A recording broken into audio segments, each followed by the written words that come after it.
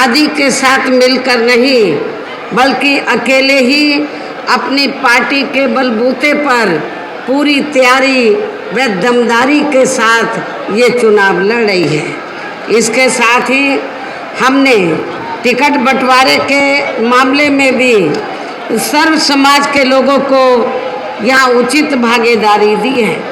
आप लोगों को ये मालूम है कि आपके ये जो अलीगढ़ लोकसभा की सीट है, तो यहाँ से अलीगढ़ की जनता ये चाहती है कि यहाँ से ऐसा उम्मीदवार चुनाव जीत कर जाए जो जनता के बीच में रहे और जनता की सेवा करे, उनके सुख दुख में शरीक हो। ऐसा उम्मीदवार होना चाहिए।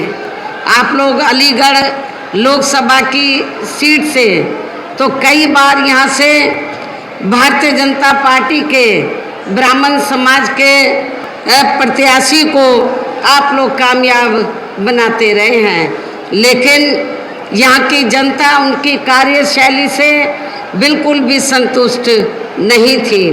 लेकिन जब यहाँ की जनता को ब्राह्मण समाज में उनका विकल्प नहीं मिलता है, तब वो मजबूरी में उसी को ही बार बार जिताकर भेज देते थे।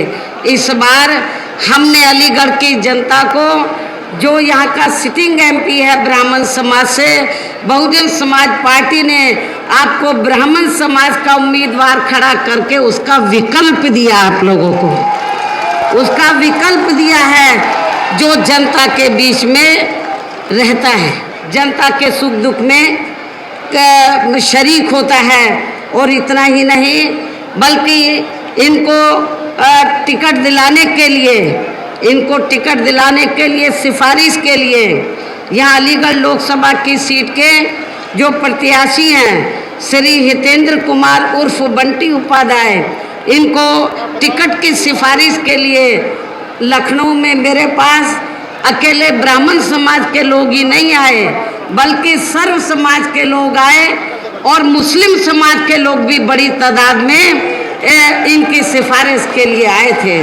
सर्व समाज के लोगों ने इनकी सिफारिश की और इनको यहाँ से प्रत्याशी बनाने के लिए उन्होंने रिक्वेस्ट किया और हमने इनको अपना प्रत्याशी बनाया।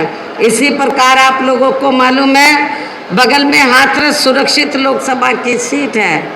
अनुसूचित जाति में विभिन्न जातियां आती हैं।